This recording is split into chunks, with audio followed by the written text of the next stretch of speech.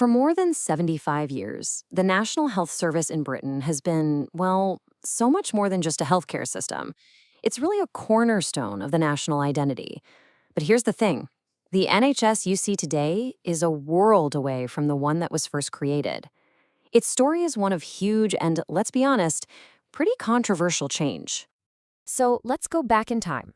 Picture it, Britain, just after World War II. The country is rebuilding, and right in the middle of all that, the government passes this act that is just truly revolutionary. It was a promise to care for every single citizen from cradle to grave, not based on how much money you had, but simply on your need for care. And, just listen to the ambition in the original wording here.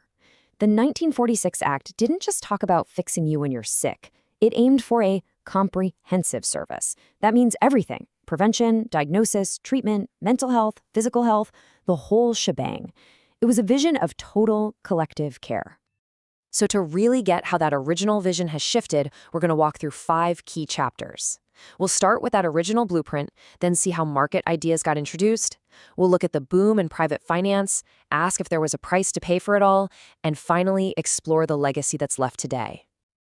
Right. First things first. To understand how far the NHS has come, we've got to know its starting point. What did this service for everyone actually look like when it kicked off back in 1948? The original model was, a classic public service. Simple, really. It was paid for by everybody through their taxes. All the hospitals, which used to be this patchwork of charity or local-run places, were brought under state ownership. And this is key. It was all centrally planned. Doctors, nurses, they all became employees of the state. The whole idea was about collaboration, not competition. Every part of the system was supposed to be pulling in the same direction, for the patient. But that completely integrated collaborative model, well, it wasn't going to last. By the 80s and 90s, a totally different philosophy about how to run public services started to take over. The big idea was that maybe, just maybe, the principles of business and competition could make everything more efficient.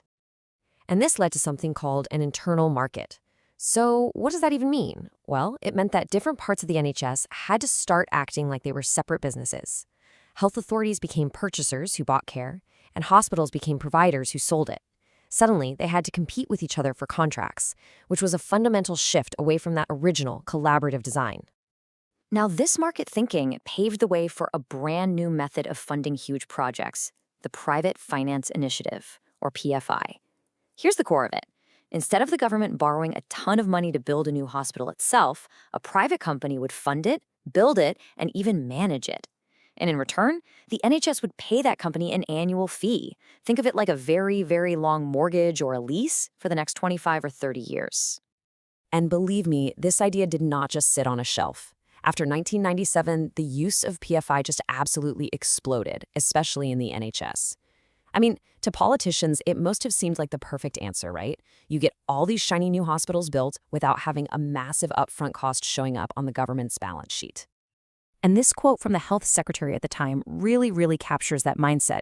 PFI wasn't sold as just one option. No, it was framed as the only option. The choice was presented as, look, it's either we use private finance or we get no new hospitals at all. It was PFI or bust. On paper, the process looks pretty straightforward. The government says, we need a hospital here. A private group builds and manages it, and the government makes these regular payments for decades. The big appeal politically was that it kept this huge capital debt off the national books in the short term. But those annual payments, they would become a very different story down the road. Which brings us right to the heart of the debates. Okay, so PFI delivered new buildings. Fantastic. But at what cost? This policy has led to some of the most complex, most fiercely debated consequences in the recent history of the NHS. So let's break down the two sides of this. On one hand, supporters will tell you, hey, over 100 new hospitals got built. And government reports found that many were actually delivered on time, with the risk of construction delays and cost overruns falling on the private company, not the taxpayer. But then you have the critics, and they argue that the cost of borrowing money privately is way higher than the government doing it, which led to staggering long-term costs. Plus, the contracts were often incredibly rigid, locking hospitals into these expensive deals they just couldn't get out of. To get a sense of the scale we are talking about, just look at this number.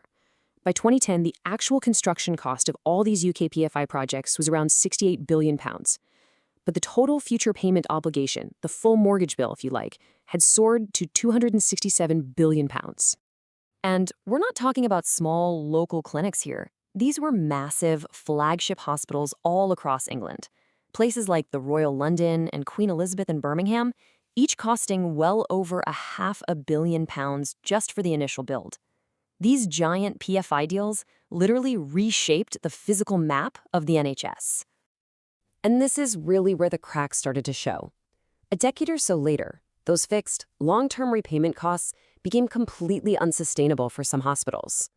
By 2012, several of them were in so much financial trouble from their PFI bills that they actually needed a government bailout of £1.5 billion just to stay afloat. That raised some pretty serious questions about whether this model was affordable in the long run. So after all that, what's the ultimate legacy of this decades-long experiment with markets and private money?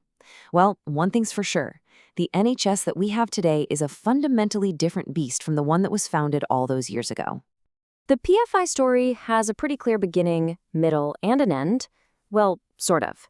It was introduced back in the early 90s, then massively ramped up after 1997, and then finally, in 2018, the government announced it was scrapping the model for any new projects after reports basically said it wasn't good value for money.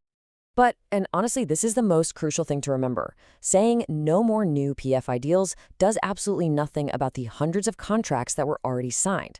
Those financial commitments are locked in tight, and the NHS is going to keep making those annual payments for many, many years to come. So, what's the final scorecard? Well, the NHS transformed from that single, unified service into a complex healthcare market. Today, it operates with this constant mix of public and private players, and it's been left with a kind of dual inheritance, a physical one, in the form of all those new buildings, and a financial one, in the form of massive long-term debts that still shape its decisions every single day. Which leaves us with a much bigger question to think about, really. This whole journey of the NHS, from a public service to a healthcare market, kind of forces us to ask, when you start applying business principles to something like healthcare, who are you ultimately serving? The patient, the taxpayer, or the shareholder?